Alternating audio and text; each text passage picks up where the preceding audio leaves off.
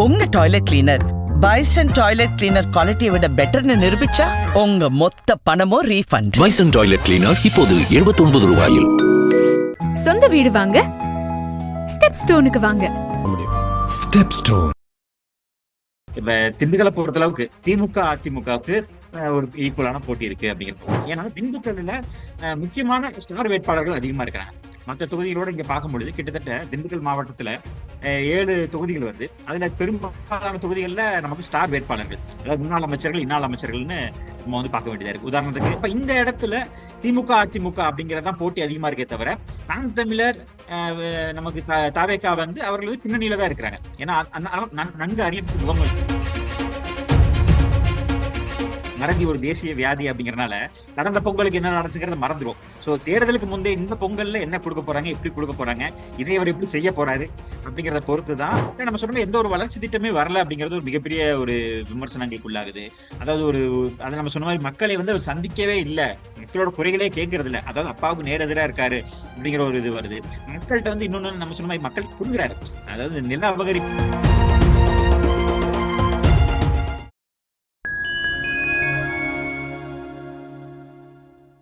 பைண்டைம் நேயர்களுக்கு வணக்கம். இன்று நம்மோடு இணைந்திருப்பவர் அரசியல் விமர்சகர் திரு ரஞ்சித் குமார் அவர்கள். வருங்கால வருடம் அரசியல் சார்ந்த பல்வேறு கேள்விகளை முன்வைக்கும். வணக்கம் சார். வணக்கங்க. சட்டமன்ற தேர்தல் வேற நெருங்கிடுச்சு, இன்னும் 3 மாசம் தான் இருக்கு. ஒவ்வொரு தொகுதியில போயிட்டு நீங்க கள நிலவரம் எப்படி இருக்குன்றத நீங்க வந்து பார்த்துட்டு இருக்கிறதா சொல்லிட்டு இருக்கீங்க. அந்த வகையில இன்னைக்கு நம்ம திண்டுக்கலை பத்தி பேசலாம். திண்டுக்கலோட கள நிலவரம் எப்படி இருக்கு, எந்த கட்சி முன்னிலையில இருக்கு, யார் பின்னணியில இருக்கா, முக்கியமா தாவேகா புதுசா எப்படி கொடுத்துருக்காங்க, அவங்களோட நிலவரம் எப்படி இருக்கு, எல்லாமே கொஞ்சம் டீடைலா சொல்லுங்க.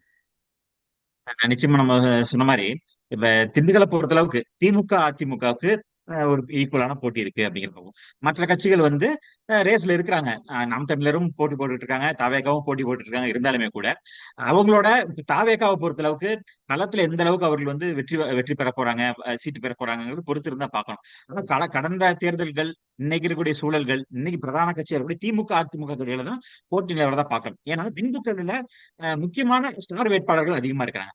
மற்ற தொகுதிகளோட இங்க பார்க்கும்பொழுது கிட்டத்தட்ட திண்டுக்கல் மாவட்டத்துல 7 தொகுதிகள் வருது. அதுல பெரும்பாலான தொகுதிகள்ல நமக்கு ஸ்டார் வேட்பாளர்கள், அதாவது முன்னாள் அமைச்சர்கள் இன்னாள் அமைச்சர்கள்னு நம்ம வந்து பார்க்க வேண்டியதா இருக்கு. உதாரணத்துக்கு அதிமுக பார்த்தோம்னா நமக்கு அனைவராலும் அறியப்பட்ட முன்னாள் அமைச்சர்களாக இருக்கக்கூடிய தன்னோட பேர்லயே தன்னோட தொகுதி பேரையும் நினைச்சிருக்கக்கூடிய 2 அமைச்சர்கள் இருக்காங்க.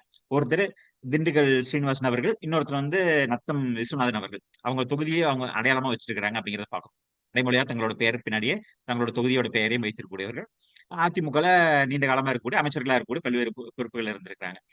அந்த மாதிரி ஸ்டார் கேண்டிடேட்ஸா இருக்காங்க. இந்த பக்கம் பார்த்தோம்னா திமுகல இப்ப இருக்கக்கூடிய அமைச்சர்களா இருக்கக்கூடிய பெரியசாமி அவர்கள் அதிகமான ஓட்டு வித்தியாசத்துல வெற்றி பெற்ற ஒரு வேட்பாளராக இருக்காரு. அதே மாதிரி இந்த பக்கம் அண்ணன் சக்கரபாணி அவர்கள், அவர் வந்து பாத்தீங்கன்னா சத்தமே இல்லாம சம்பவம் செய்யக்கூடிய நபர் அப்படிங்கிற மாதிரி இப்ப எந்த ஒரு சர்ச்சையிலையும் பெருசா மாட்ட மாட்டாரு. ஆனாலும் அவர் வந்து ஒரு தொடர்ந்து வெற்றி பெற்று ஒரு அமைச்சரா, ஒரு மூத்த அமைச்சரா இருக்காரு அப்படிங்கறத பாக்குறோம். சோ இவங்க இந்த மாதிரி முக்கியமான ஒரு கிட்டத்தட்ட நம்ம 7 தொகுதியில 4 தொகுதியில வந்து நமக்கு வந்து ஒரு ஸ்டார் கேண்டிடேட்ஸ் அப்படிங்கிற அளவுக்கு நம்ம வந்து அனைவராலும் அறியப்பட்ட நபர்கள் இருக்கக்கூடிய தொகுதி.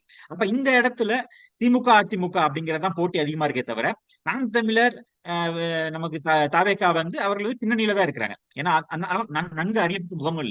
இன்னைக்கு தேர்தல் கலை யதார்த்தம் நாளுக்கு நாள் மாறிட்டு இருக்கும் அப்படிங்கிற சூழல்ல இன்னும் பிரச்சாரம் எப்படி இருக்க போகுது, கேண்டிடேட்ஸ் எப்படி இருக்காங்கிற பொறுத்துதான் கள சூழல் மாறும். ஆனா நம்ம சொன்ன மாதிரி யதார்த்தமா பார்த்தோம்னா இன்னைக்கு நம்ம இப்ப இவர்கள் ஸ்டார் கேண்டிடேட்ஸ் எடுத்துக்கோமே, இப்ப இவர்களோட தொகுதியோட நிலவரங்கள் எடுத்து பார்த்தோம்னா இப்போ ஒட்டன்சத்திரம் தொகுதி எடுத்து பார்த்தோம்னா சக்கரபாணி அவர்கள் வந்து கடந்த 5 தேர்தலுக்கு மேல வந்து தொடர் வெற்றியை பெற்றுட்டு வர்றாரு அப்படிங்கறத பாக்கணும். கிட்டத்தட்ட அவர் வந்து வெற்றியை வச்சுட்டு வராரு. 96ல இருந்து அவர் வெற்றி பெற்று அதான் 96ல இருந்து தொடர்ந்து வெற்றி பெற்றுட்டு வராரு அப்படின்னு. அதாவது அதிமுகவோட அலை அடிக்கும் பொழுது கூட திமுக வந்து மிகப்பெரிய ஒரு பின்னடைவை ஏற்படும் பொழுது கூட தப்பிச்சு வெற்றி பெற்று வராரு அப்படிங்கிறத பாக்குறோம். 96ல வெற்றி பெற்றார், 2001 2006ன்னு தொடர் வெற்றிகளை வந்து சந்திச்சுட்டு வராரு அப்படிங்கிறத பார்க்கும். அந்த அடிப்படையில் கடந்த முறையும் வெற்றி பெற்று அமைச்சரும் ஆயிட்டார். சோ அந்த மாதிரி அந்த ஒரு சூழல் இருக்கும் பொழுது கிட்ட வந்து 50% மேல வாக்கு பெறக்கூடியவரா இருக்காரு. பதிவாகக்கூடிய வாக்குகள்ல 50% வாக்குகளை எந்த ஒரு தேர்தலா இருந்தாலுமே 50% மேல வாக்கு பெற்று வெற்றி பெறக்கூடிய ஒரு வேட்பாளராக இருக்காரு அப்படிங்கிறத பார்க்கணும். இந்த 96ல இருந்து எடுத்துக்கிட்டோம்னாலே 96 2001 காலகட்டங்களிலுமே கூட 2001 கொஞ்சம் 45% அப்படிங்கிற அளவுக்கு இறங்கினாலுமே கூட வெற்றியை பெற்றுட்டார். திமுக வந்து மிகப்பெரிய ஒரு பின்னடைவை சந்திச்சாங்க. அப்போ வந்து அதிமுக வரும் பொழுது இவர் வந்து வெற்றி பெற்று தக்க வச்சுக்கிட்டார் அப்படிங்கிறத பாக்குறோம். இல்ல ஒட்டன்சத்திரம் தொகுதியில அதிமுக ஒரு அலையடிக்க அதான் மக்கள் மத்தியில வந்து அவர் வந்து அது எப்படி அந்த செல்வாக்கு அவரு தக்க வச்சுக்கிறாரு? நிச்சயமா அவர் வந்து இப்ப ஒட்டன்சத்திரம் தொகுதியில வந்து அவர் மக்களோட பயணிக்கிறார் அப்படிங்கறத பாக்குறோம். அந்த ஓட்டுகளை வந்து தன் வசப்படுத்திக்கிறார் அப்படிங்கறத பாக்குறோம். அந்த அலையிலும் கூட தன்னை தக்க வச்சு கொண்டு போறார் அப்படிங்கிறப்ப இன்னைக்கு இருக்கக்கூடிய சூழல்கள்ல அவர் அதை தக்க வச்சிருக்காரு அப்படிங்கிறத பார்ப்போம். இன்னமும் இன்னும் இருக்கக்கூடிய காலகட்டங்கள்ல இன்னும் எந்த மாதிரி சூழல் வரப்போகுது, தேர்தல் எப்படி சூழல் நகரப்போகுதுங்கிற பொறுத்து இருக்கு. உதாரணத்துக்கு இடி ரைடு எப்படி வரப்போகுது, இவர் வந்து குறி வைக்கப்படுறாரா, பொருளாதாரம் முடக்கப்பட போகுதா? ஏன்னா அண்ணன் பெரியசாமி அவர்கள் வந்து தொடர்ந்து ரைடுக்கு ஆளாகிறார். அப்ப இவரு சட்டமணி அவர்களோட பல பினாமிகள் சிக்கினதாகவும் அதெல்லாம் ஒரு விமர்சனங்கள் ஆச்சு. எனக்கு இப்ப குறிப்பா நம்ம அதான் சொல்ல வந்தோம். ஏன்னா இப்ப வரக்கூடிய பொங்கல் தொகுப்பு வந்து மிகப்பெரிய ஒரு பேசு பொருளா இருக்க போகுது. ஏன்னா தேர்தல் நெருங்குற நேரம். இவர்கள் மத்த நேரத்துல கொடுக்கறத பத்தி பெரிய விஷயம் இல்லை, அது மறந்து போயிடும். நம்ம சொன்ன கடந்த காலத்துல இருக்கக்கூடிய வந்து மறக்கக்கூடியது. மறதி ஒரு தேசிய வியாதி அப்படிங்கறனால கடந்த பொங்கலுக்கு என்ன நடந்துங்கிறத மறந்துடும். சோ தேர்தலுக்கு முந்தைய இந்த பொங்கல்ல என்ன கொடுக்க போறாங்க, எப்படி கொடுக்க போறாங்க, இதை அவர் எப்படி செய்ய போறாரு அப்படிங்கறத பொறுத்துதான். ஏன்னா இவர் கையில ஒரு மிக முக்கியமான ஒரு விஷயம் இருக்கு. இந்த பொங்கல் தொகுப்பு எப்படி கொடுக்குறாங்களோ அது மக்கள் மனசை ஓரளவுக்கு சென்று சேர்ந்துச்சுன்னு தேர்தலில் எதிரொலிக்கும் அப்படிங்கிறது ஏன்னா அந்த கடைசி நேரத்துல அவர்கள் செய்யக்கூடிய விஷயங்கள் வந்து தாக்கத்தை ஏற்படுத்தும் அப்படிங்கறத நம்ம பார்க்கலாம். எந்தெந்த தொகுதியில யார் யார் வந்து முன்னிலை, யார் வந்து கேண்டிடேட் நிக்க போறான்றத நம்ம இப்போ பேசலாம். ஃபர்ஸ்ட் நம்ம வந்து எந்த தொகுதியில இருந்து போலாம் நீங்களே சொல்லுங்க. நிச்சயமா ஒவ்வொரு தொகுதியை போகும்போது இப்ப நம்ம ஒட்டன்சத்திரம் தொகுதியை பொறுத்தளவு பார்க்கும்பொழுது நமக்கு வந்து திமுக எட்ஜ் எடுக்கிறாங்க அப்படிங்கறத பார்க்கலாம். ஏன்னா நம்ம பார்த்திருக்கோம், நம்ம மக்களா இருக்கும்பொழுது நன்கு அறியப்பட்ட முகமா இருக்காங்க. எதிர்முகாம்ல வந்து வேட்பாளர்கள் வந்து ரொம்பவே பலவீனமான வேட்பாளர்களா இருக்காங்க. ஒரு ஸ்டார் கேண்டிடேட் இருக்கும்பொழுது திமுக இந்த இடத்துல ஒரு எட்ஜ் இருக்கு அப்படிங்கறத நம்ம வந்து பார்க்கலாம். அதே மாதிரி நம்ம அடுத்து நம்ம வந்து அண்ணன் பெரியசாமி எப்படிங்க ஒட்டன்சத்திரம்ல இந்த எலெக்ஷன்ல ஏடிஎம்கே சார்பா யார் நிக்கலாம்ன்ற வாய்ப்பு இல்ல. ஏடிஎம்கே பொறுத்தளவுக்கு நம்ம வந்து பெரிய ஸ்டார் கேண்டிடேட்ஸ் இல்ல. அவர்கள் வந்து ஒவ்வொரு முறையும் வந்து பல்வேறு வேட்பாளர்கள் மாத்தி வரனால இந்த முறை வந்து கட்சி யாரும் தீர்மானிக்க போறாங்க, ஒருவேளை கூட்டணிக்கு கொடுக்க போறாங்களா, இந்த மாதிரி பல்வேறு விஷயங்கள் இருக்கு. ஏன்னா இப்ப அவங்க கூட்டணி இன்னும் இறுதி பண்ண வேண்டியது இருக்கு. இப்ப பாமக கூட்டணியில வரும்பொழுது அவர்கள் எந்த சீட்டு வாங்க போறாங்க, இந்த மாதிரி பல்வேறு விஷயங்களை பொறுத்து அதிமுக வந்து இந்த இடத்துல வேட்பாளர்களை நிறுத்துவாங்க. அதை பொறுத்து இவரோட வெற்றி வாய்ப்புகள் கேள்விக்குறியாகவும் வெற்றி பெறுவாரா அப்படிங்கறத பொறுத்து நம்ம பார்க்க வேண்டியது. சோ இன்னைய சூழல்ல பார்க்கும்பொழுது ஒட்டன்சத்திரத்துல அவர் எட்ஜ் எடுக்கிறார் அப்படிங்கறத நம்ம பாத்துக்கலாம். தாவேகாவோட செயல்பாடு வந்து நம்ம நிச்சயமா இப்ப இங்க நம்ம திண்டுக்கல் தொகுதியில பொறுத்தளவு பார்த்தோம்னா தாவேகா இன்னும் வந்து அந்த அளவுக்கு வலிமையா இல்ல, தங்களை வந்து வெளிப்படுத்தி கொண்டு வரல. சில தொகுதிகள்ல வந்து தாவேகா வந்து வேட்பாளர்கள் வந்து பரிச்சயமாகி நல்லா மக்கள் மத்தியில் கொண்டு போய் சேர்த்துட்டு இருந்தாலுமே கூட நம்ம தாவேகா மேல வைக்கக்கூடிய குற்றச்சாட்டு என்னன்னா, விஜய் அவர்கள் வந்து பிரபல்யமா இருக்கலாம், அவரோட வந்து மக்களை போய் சேரலாம், ஆனாலுமே கூட இன்னும் அவர்களோட சின்னம் என்ன, யார் வேட்பாளருங்கிறது தெரியாமலே இருக்குது. ஏன்னா அவர்கள் வந்து 234 தொகுதியிலையும் போட்டு போடுறதுக்கு அவர்கள்ட்ட ஆள் கிடையாது. அவர்கள் இன்னும் கூட்டணியை எதிர்பார்த்துக்கிட்டு இருக்காங்க. உதாரணத்துக்கு செங்கோட்டையன் அவர்கள் போன மாதிரி இன்னும் முக்கிய தலைவர்கள் வருவாங்க, இன்னும் கூட்டணி மாறும் அப்படிங்கிற மாதிரி அவர்கள் காத்துக்கிட்டு இருக்காங்க. காங்கிரஸ் வரலாம், இல்ல கூட்டணிகள் கட்சிகள் மாறி வரலாம் அப்படிங்கிற அந்த காலத்தை எதிர்பார்த்துக்கிட்டு இருக்காங்க. அப்படிங்கிறனால அவர்கள்ட்ட 200 தொகுதியிலும் இல்லை, இன்னும் இப்பதான் அவர்கள் எமர்ஜ் ஆகிட்டு இருக்காங்க, விஜயை நம்பி இருக்கிறாங்க. சோ அவர்கள் வந்து ஒரு வேட்பாளர் போடும் பட்சத்துல இன்னும் நன்கு அறியப்பட்ட முகமா வந்து அந்த பகுதியில இருந்து இன்ன வரைக்கும் யாரும் இல்ல அப்படிங்கறத நம்ம பார்க்க வேண்டியதா இருக்கு. அதனால திமுகவுக்கு ஒரு வாய்ப்பு அதிகமாவே இருக்கு. நட்சத்திரம் பகுதி வந்து பாத்தீங்கன்னா பெரும்பாலும் விவசாயிகள் அதிகமா இருக்கிற தொகுதின்னு நான் கேள்விப்பட்டிருக்கேன். அங்க வந்து என்ன பிரதானமா என்ன தொழில் இருக்குங்க? இப்ப நம்ம ஒட்டன்சத்திரம் பொதுவாகவே திண்டுக்கல் பகுதியை பொறுத்தளவுக்கு விவசாயம் தான் பிரதானமா இருக்குது அப்படிங்கறத பாக்குறோம். பெரிய தொழில் வாய்ப்புகளோட நமக்கு வந்து அந்த வளர்ச்சி திட்டங்கள் நிறைய குறைவா இருக்குது. இருந்தாலுமே கூட மக்கள் அந்த விவசாயம் சார்ந்து இருக்கனாலதான் இன்னும் வந்து அந்த பின்தங்கிய நிலைமையில இருக்கனால பெரிய திராவிட கட்சிகளே நம்பி இருக்கிறாங்க அப்படிங்கிற ஒரு சூழல். அடுத்தபடியா நம்ம வந்து ஆத்தூர் தொகுதி பத்தி பேசலாம். அமைச்சர் சிட்டிங் அமைச்சர் பெரியசாமி அவர்களோட தொகுதி அது அதிகமான வாக்கு வித்தியாசம் ஜெயிச்சாரு தமிழ்நாட்டிலேயே. அவர் என்னதான் பண்றாரு, என்ன மேஜிக் பண்றாரு, தன்வசப்படுத்திக்கிறாரா மக்கள் எல்லாரையும் இவ்வளவு சதவீதம் ஓட்டு வாங்குறதுக்கான காரணம் அப்படிங்கிறது வந்து யதார்த்தமானதான். அவர் பல வெற்றி தோல்விகளை சந்திச்சிருக்கிறார் அப்படிங்கிறது நம்ம பார்க்க வேண்டியதா இருக்கு. கடந்த காலங்கள்ல பார்த்தோம்னா அவரு பல வெற்றி பல தோல்விகளை சந்திச்சு வந்திருக்கிறார். கிட்டத்தட்ட 1989 இருந்து போட்டிட்டு இருக்காரு. அந்த மாதிரி நம்ம வந்து 91ல தோல்வி அடைஞ்சிருக்கிறார், 2001ல தோல்வி அடைஞ்சிருக்கிறார். திமுகவோட அந்த பின்னடைவுகள்ல வீழ்ச்சியில் அவரும் தோல்வியை சந்திச்சிருந்தாலுமே கூட கடந்த தேர்தலில் வந்து அவர் வந்து வெற்றியை தழுவி இருக்கிறார் அப்படிங்கிறத பாக்குறோம். இப்ப இந்த முறை என்னன்னா மக்களோட ஏகோபித்த ஆதரவு அவருக்கு கிடைச்சிருக்குது. ஏன்னா அவர் மக்களா இன்னும் இயல்பா போயிருக்கிறார் அப்படிங்கறத பாக்குறோம். இந்த முறையுமே கூட அவர் வந்து குறிப்பிட்டு சொல்லணும்னா மக்கள்கிட்ட எப்படி அவர் கனெக்ட் ஆகிறாருன்னா எந்த ஒரு விசேஷம் போனாலும் சரி அவருக்கு அந்த அந்த விசேஷத்துக்கு போயிட்டு மக்களுக்கு செய்யக்கூடியது. உதாரணத்துக்கு ஒரு கல்யாணத்துக்கு போனாரா ஒரு 5000 10,000 போய் வைக்கிறது, ஒரு இலை வீட்டுக்கு போனாலும் சரி அந்த மக்கள் எந்த ஒரு விஷயம்னாலும் அந்த தொகுதியோட மக்களோட இதுக்கு பார்க்கலாம், மக்கள் வந்து அணுகலாம் அப்படிங்கிற அளவுக்கு. என்னன்னா இதுல நம்ம ஏன் சொல்ல வேண்டியதா இருக்குன்னா இப்ப என்னதான் இருந்தாலுமே இப்ப எதனால அவங்க வெற்றி பெறாங்க, ஏன் ஒரு ஸ்டார் கேண்டிடேட்டா இருக்காங்க, ஏன் செல்வாக்கு அதிகமா இருக்காங்கிறது இது யதார்த்தம். ஆனா அவரோட பையன் எந்த அளவுக்கு இருக்காருன்னா அவர் வந்து பலவீனமா இருக்காரு. அவருக்கு வந்து பேரு அந்த அளவுக்கு நல்ல பேரு இல்லை. ஒரு கம்பேரிசன் ஒரே குடும்பத்தை பழனி தொகுதியில ஐபி செந்தில் அவர்களுக்கு வந்து மிகப்பெரிய ஒரு விமர்சனங்களுக்கு தான் அவர் வந்து பெயர் போனவரா இருக்காரு. பெரியசாமி அவர்கள் மேல ஊழல் குற்றச்சாட்டுகள் இருக்கு, அதை மறுக்கிறதுக்கு இல்ல, அதுல மாற்று இல்ல. அவர் வந்து மக்களை சரியா சந்திக்கிறது இல்ல, மக்கள் மக்கள் வந்து மக்களை வந்து புறக்கணிக்கிறாரு. அதாவது எப்படி ஐ பெரியசாமி அவர்களுக்கு நேரெதிர் முரணா இருக்காரு அப்படிங்கிற குற்றச்சாட்டு வைக்கப்படுது. என்னன்னா இயல்பாகவே சொல்லப்படுதுன்னா அவர்கள் மனைவி அவர்களோட பேச்சை கேட்டுட்டு இவர் வந்து சரியான நிர்வாகம் இல்ல, தவறான முறையில போறாரு அப்படிங்கிற ஒரு குற்றச்சாட்டு வருது. அப்ப பல்வேறு நில அபகரிப்புல ஈடுபடுறாரு. கொடைக்கானல்ல வந்து பல பேரோட நிலங்களை அபகரிச்சு அங்க எஸ்டேட்டுகளை இது பண்ணியிருக்காரு, அப்படி அந்த மாதிரி ஒரு குற்றச்சாட்டுகள் வருது. பெரியசாமி அவர்கள் ஊழல் பண்றாரு, இருந்தாலும் மக்களா இருக்காரு, மக்களுக்கான விஷயங்கள் போய் பாக்குறாரு.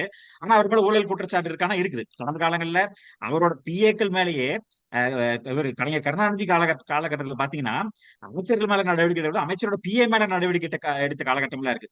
இவர் வந்து சிறப்புரையை கையில வச்சிருக்கும் பொழுது அங்க மிகப்பெரிய ஊழல் நடக்குது. இப்ப வந்து அவரோட பிஏ வந்து மாற்றப்படுறாரு. கருணாநிதி அவர்கள் கூப்பிட்டு சொல்றாரு, உன் பிஏ மாத்திரையா இல்லையா அப்படின்னு கேட்கிறாரு. உடனே மாற்றப்படுறாரு. அந்த அளவுக்கு வந்து அவரோட பிஏ வந்து மிகப்பெரிய ஒரு ஊழலை பண்ணிட்டு இருந்தார் அப்படிங்கறத பார்க்க முடியாது. அதாவது ஊழலுக்கே பெயர் போன திமுகலேயே அவரோட கட்சியோட தலைவரே கூப்பிட்டு ஒரு பிஏ மாத்த சொல்ற அளவுக்கு வந்து நிர்வாக சீர்கேடுகள் நடந்திருக்கு. அந்த மாதிரி சில காரணங்களால அவர் வெற்றி தோல்விகளை சந்திச்சிருந்தாலுமே கூட மக்களை சந்தித்திருக்கிறார். குறிப்பா சொல்லணும்னா இந்த தடவை இந்த எஸ்ஐஆர் வந்திருக்கிறது வந்து ஒரு மிகப்பெரிய ஒரு சிக்கலை உருவாக்கி இருக்கு அப்படின்னு சொல்லலாம். ஏன்னா இந்த போலி வாக்காளர்கள் இருக்காங்க, கள்ள ஓட்டு போடப்படுது, அதனாலதான் அதிகமான வெற்றி வாய்ப்புல ஜெயிக்கிறாங்க அப்படிங்கறது குற்றச்சாட்டு வைக்கும் பொழுது இப்ப அவரே கூட குற்றச்சாட்டு வச்சிருக்கிறார். அவரோட தொகுதியில பல ஓட்டுகள் 25,000 வாக்குகள் வந்து நீக்கப்பட்டிருக்கிறதா தகவல்லாம் வந்துச்சு. நீக்கப்பட்டிருக்காரு. அவர் வந்து அது ஆதங்கமா சொல்லியிருக்காரு. என்னோட தொகுதியில வந்து கிட்டத்தட்ட 20-30,000 ஓட்டு வந்து நீக்கப்பட்டிருக்கு அப்படின்னு. இப்ப இதெல்லாம் வந்து இது சந்தேகத்தின் எழுப்புது. இப்ப நாளைக்கு அவரோட வெற்றி வாய்ப்பு எந்த அளவுக்கு இருக்கும், இதெல்லாம் வந்து வாக்கு வந்து ஒருவேளை அது கள்ள ஓட்டா போடப்பட்டிருந்தா அதுதான் அவர்களோட வெற்றிக்கு காரணமாங்கிறது வரக்கூடிய தேர்தலில் தெரிந்துடும். இப்ப நம்ம பல முறை அவர் வெற்றி தோல்விகளை சந்தித்திருந்தாலும் இந்த முறை வந்து அதிமுக எந்த அளவுக்கு அவர்கள் வந்து ஸ்டார் கேண்டிடேட் போட போறாங்க அப்படிங்கறத பொறுத்து வந்து நம்ம வந்து அவரோட வெற்றி வாய்ப்பை பார்க்கலாம். குறிப்பிட்டு பார்த்தோம்னா கடந்த 2016 தேர்தல்ல இந்த தேர்தல்ல வந்து திலகபாமா போட்டிட்டாங்கன்னு நினைக்கிறேன். என் நினைவு சரியா இருந்துச்சு. பாமக கொடுத்திருந்தாங்க. அதனால மிகப்பெரிய ஒரு ஓட்டு வித்தியாசம். நினைக்கிறேன் அந்த தேர்தல் 2020 எப்படிங்க? சட்டமன்ற தேர்தல்ல எல்லாருமே டெபாசிட் இழந்தாங்கல்ல. அந்த அஹ், 2020 யார் கேக்குறீங்க?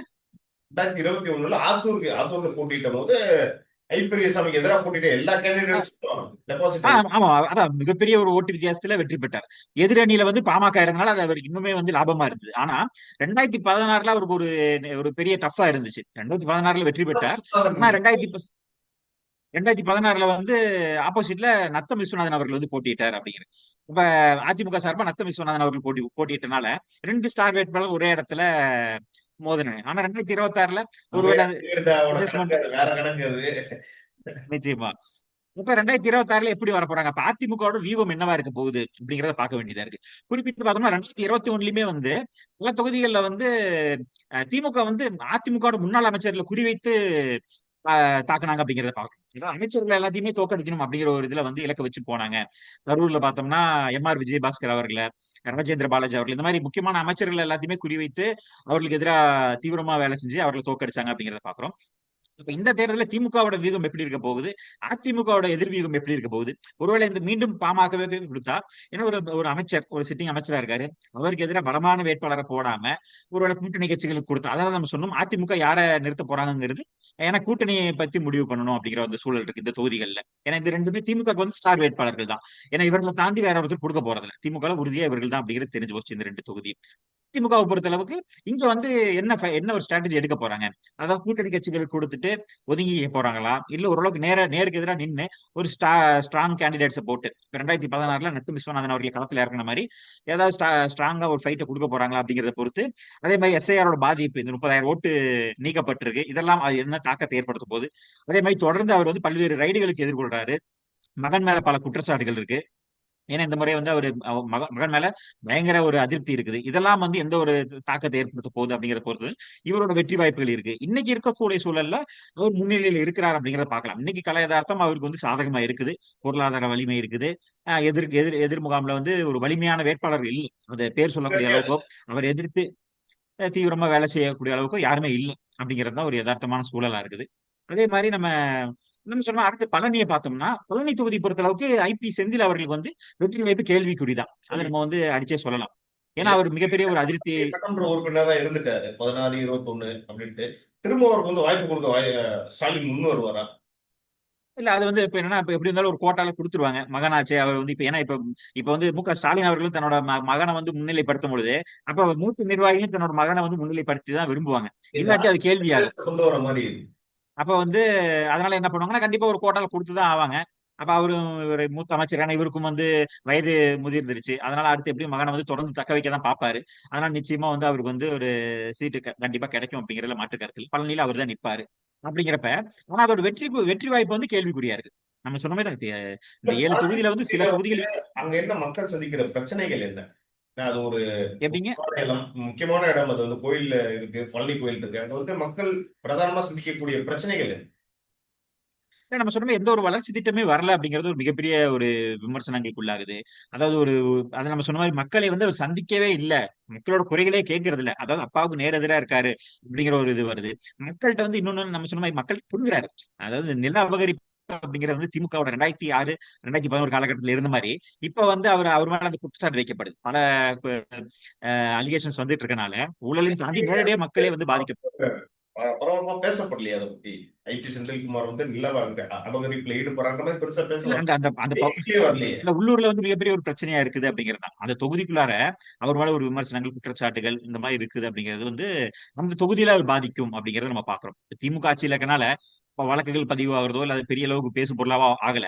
ஆனாலுமே கூட அது எதிர்க்கட்சிகள் வந்து இந்த தேர்தல்ல வந்து இன்னும் எந்த அளவுக்கு வீரியமா எடுத்துட்டு போறாங்களோ அதை பொறுத்து இருக்கு. இதனால மக்கள் அதிருப்தியில இருக்கிறாங்க அப்படிங்கிறப்ப அது வந்து வரக்கூடிய தேர்தல்ல நிச்சயமா தாக்கத்தை ஏற்படுத்தும் அப்படிங்கிற ஒரு குற்றச்சாட்டு வைக்கப்படுது. இல்ல அது பணத்தை வைத்து அவர்கள் வந்து அதை சரி பண்ண முடியும். பணத்தை கொடுத்து வாக்கு வாங்கிட முடியும். இன்னொன்னு நம்ம சொன்ன இப்ப எஸ்ஐஆர் இருக்கனால கள்ள ஓட்டு அப்படிங்கிறது வந்து சில இப்ப வந்து குறையும் அப்படிங்கறத நம்ம எதிர்பார்க்கலாம்.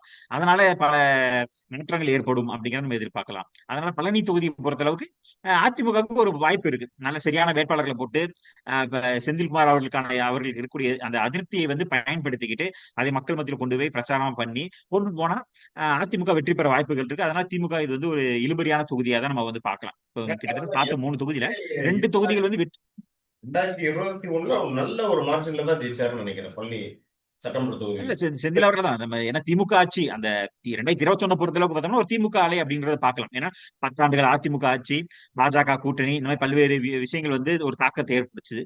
அதனால திமுக 10 ஆண்டுகள் ஆட்சியில் இல்லாதனால மக்கள் ஒரு மாற்றத்தை விரும்பி திமுக பக்கம் போனாங்க அப்படிங்கறது பார்க்கலாம். இன்னைக்கு வந்து 5 ஆண்டுகள் ஆட்சியை நிறைவேற்றி இருக்காங்க. இன்னைக்கு வந்து அந்த ஆட்சியில் ஆளும் கட்சியா இருந்து ஒன்றும் செய்யல.